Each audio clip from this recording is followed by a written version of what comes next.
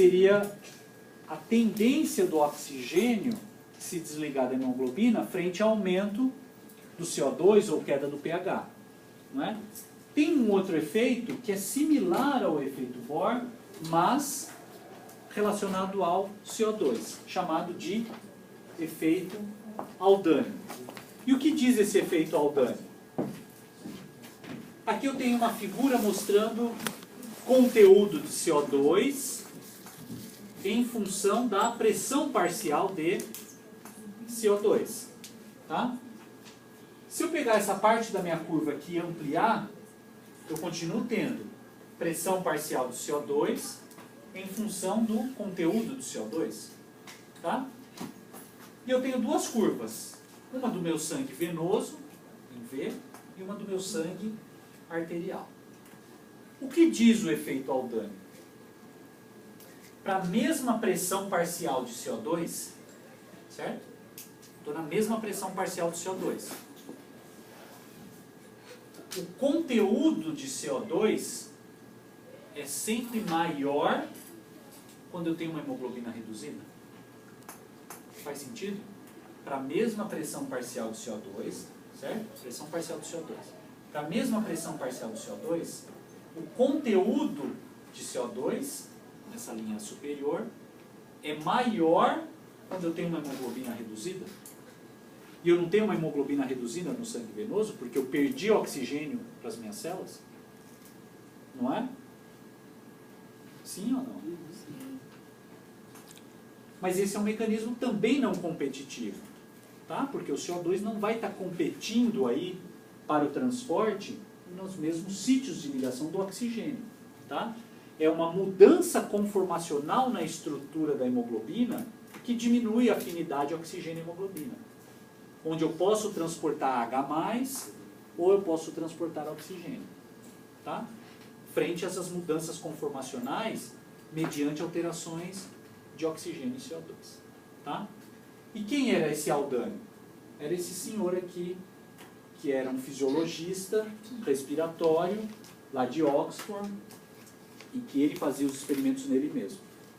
Certo? Então aqui ele está dentro de uma câmara barométrica, então ele variava a pressão dentro dessa câmara, ele media a ventilação dele, ele injetava ácido acético na veia dele, media as alterações respiratórias dele. Mas enfim, ele tem trabalhos muito relevantes em fisiologia respiratória, e particularmente esse trabalho aqui, ó, de 1905, onde ele disse que a regulação da ventilação pulmonar é controlada por níveis de CO2. Tá? Isso é verdade. Né? Quem vai promover toda a regulação da homeostase respiratória é basicamente os níveis de CO2 no organismo, ativando o quimiorreceptor periférico, quimiorreceptor central. Tá? E ele demonstrou esse efeito Aldani, não só nele, mas experimentalmente também. Tá? Então aqui tem uma figura que eu tenho o quê? Pressão parcial de CO2 em função da quantidade, conteúdo de CO2. Então aqui nessa figura aumentada, o que eu tenho? Que para a mesma pressão parcial de CO2, o conteúdo de CO2 na linha em roxo é maior numa hemoglobina reduzida. E não faz sentido? Se eu tenho uma hemoglobina reduzida, em que eu já liberei oxigênio, eu devo ter um conteúdo maior de CO2 mesmo. Né? Porque eu disponibilizei o oxigênio e obtive o CO2. E se olhar aqui nessa figura maior, nesse gráfico maior, onde eu tenho o quê? Uma situação hipotética, onde eu tenho 0% de oxigênio ligado à minha hemoglobina. Portanto, é uma situação hipotética. E o que acontece? O conteúdo de CO2 é aumentado numa hemoglobina reduzida. Tá? Então, isso que dizia o efeito Aldani.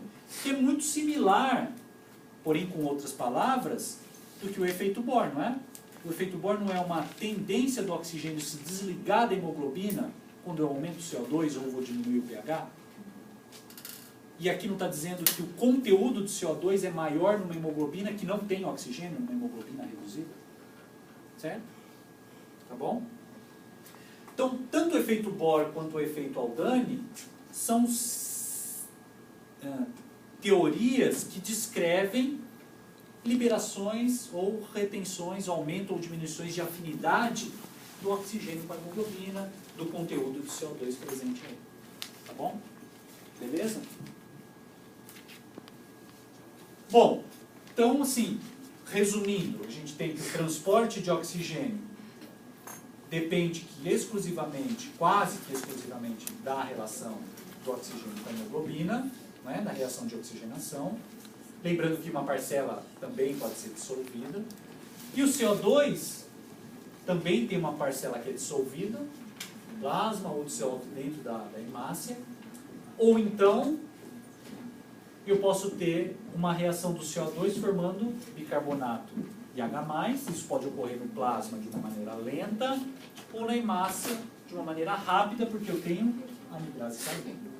Ou então, o CO2 se liga a radicais proteicos com características, com essa estrutura proteica, um radical NH2 na proteína, formando o composto carbonílico, que também pode ter no plasma, porque eu tenho proteína no plasma, ou dentro da hemácia, que na verdade é uma estrutura aí da minha hemoglobina, que é uma estrutura proteica. Tá bom? Beleza? Então isso que é a mensagem que eu queria que vocês ficassem de transporte de oxigênio e CO2. Aí quando eu digo, quando essa é a mensagem, todo mundo olha assim, bom, acabou a aula, vamos embora. Assim. Falei que ia ter várias diversões hoje. Bom, se a gente está discutindo, e aí agora o último tópico que a gente vai discutir, se a gente está discutindo o transporte de CO2, e o CO2 apresenta essa reação bioquímica fantástica, e aumento do CO2 vai promover um aumento de H+, não vai? E esse aumento de H+, vai diminuir o pH. E se eu diminuir o pH, eu vou promover um distúrbio ácido no organismo. Ou se eu diminuir muito o CO2, eu vou diminuir H+, também e promover um distúrbio alcalino no organismo. Certo? E aí eu vou ter um distúrbio na homeostase chamado de distúrbio ácido-base. Tá? Agora, vou recapitular rapidamente com vocês o que é um ácido e o que é uma base, porque vocês viram numa disciplina aí que eu não vou dizer o nome. Então assim, rapidamente vocês viram, deixa eu passar isso. O que é um ácido? Não é? É uma substância que em solução aquosa aí libera H+. E por que sempre o H+? Porque ele é o principal íon presente nos sistemas biológicos. Tá? Ele é o que vai determinar se eu vou estar numa situação ácida ou numa situação básica. E o que é uma base? Que é uma substância que em solução aquosa aí libera um ânion hidroxila. Portanto, ele é um receptor de prótons. Tá? Isso de acordo com os conceitos de Arrhenius e de Bronsted e Lowe. Tá? Então, a gente sabe o que é uma base, o que é um ácido. Tá? E a reação entre os dois vão formar um tamponamento aí, que é um sal. Tá? E no organismo a gente tem várias produções de ácidos no organismo. Quando a gente está falando de ácido, base, a gente está falando de pH. Tá? Existe um químico, que em 1909 ele até foi agraciado com o Prêmio Nobel de Química, onde ele descreveu uma escala logarítmica para medir um grau de acidez, ou grau de alcalinidade, ou até de neutralidade do pH. E assim existe uma escala, né, que vocês viram já em química, devem ter visto alguma coisa em bioquímica, que vai de 0 a 14, esse grau aí, essa escala do pH. Tá? Mas eu não vou querer ficar discutindo com vocês o que é realmente uma solução ácida, o que é uma solução básica. Tá? Porque para o sistema biológico, e a gente vai ver entre pH e homeostase, a gente tem que o nosso pH é 7.4. Mas por que o pH é 7.4? Por que não é 6.9? Por que não é 3? Por que não é 15? Não, 15 não pode ser. Por que não é 12? Não é? Existe um motivo porque o pH é considerado 7.4. E existe uma pequena faixa chamada de sobrevida em que nós variamos o nosso pH. Isso vai de 7 até 7.8. Mas estritamente preciso a regulação do pH em 7.4, 7,45 a 7,35. Essa é a variação máxima que nós temos de pH de maneira fisiológica. Tá? Situações acima de 7,4, nós estamos entrando numa situação chamada de alcalose. Ou situações abaixo de 7,4, nós estamos entrando numa situação de acidose. Veja que eu não estou entrando em situações de pH 2, 3, nem 12, 13. Tá? Eu estou falando de, no máximo, 7,8 ou no mínimo 7. Onde dificilmente pessoas que experimentaram situações em pH acima de 7,8 ou abaixo de 7 voltaram para contar a situação ou a sensação que é ter um pH como esse no sangue. Tá? Então o sistema é muito preciso em regular. E dois são os sistemas fisiológicos que regulam o nosso pH. O sistema renal, que aí vocês vão ver no semestre que vem, fisiologia renal, regulação do pH pelo sistema renal, e o sistema respiratório, onde o sistema respiratório desempenha sim um papel de tamponamento do pH e de maneira rápida. Não é? Veja, se eu estiver numa situação de acidose, onde eu estou com muito H+ aumentado, eu vou ter que fazer alguma situação para diminuir o CO2, não vou? Porque senão eu vou estar produzindo mais CO2. Concordam?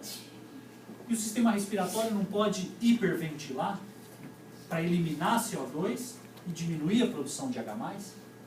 Então veja como o sistema respiratório, os centros respiratórios, rapidamente são ativados para diminuir o H+. Ou, se eu tiver uma situação de alcalose, em que eu estou com baixo H+, porque eu perdi muito H+, por exemplo, eu posso desligar os centros respiratórios e hipoventilar. Não é? E se eu hipoventilar, eu vou acumular CO2 no organismo, que vai acabar produzindo mais H+, para recuperar esse H+ que estava baixo. Então veja que o sistema respiratório pode tamponar o equilíbrio ácido-base de maneira muito rápida, basta aumentar ou diminuir a frequência respiratória. Mas o sistema renal também pode atuar, ou secretando mais bicarbonato na circulação, ou perdendo mais bicarbonato na urina, por exemplo. Tá? Só que daí o mecanismo é um pouco mais demorado, leva algumas horas para que isso ocorra. E aí vocês vão ver os detalhes maiores, como que o sistema renal é capaz de fazer isso. Tá?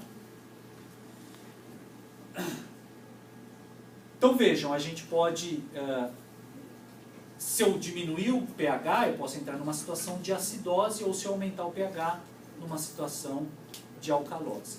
E essas variações nas concentrações de íons H+, dependem de uma série de eventos metabólicos no organismo. Tá? Não só necessariamente patologias respiratórias, como o enfisema, em que eu vou acumular CO2, dessa maneira aumentar H+ no organismo,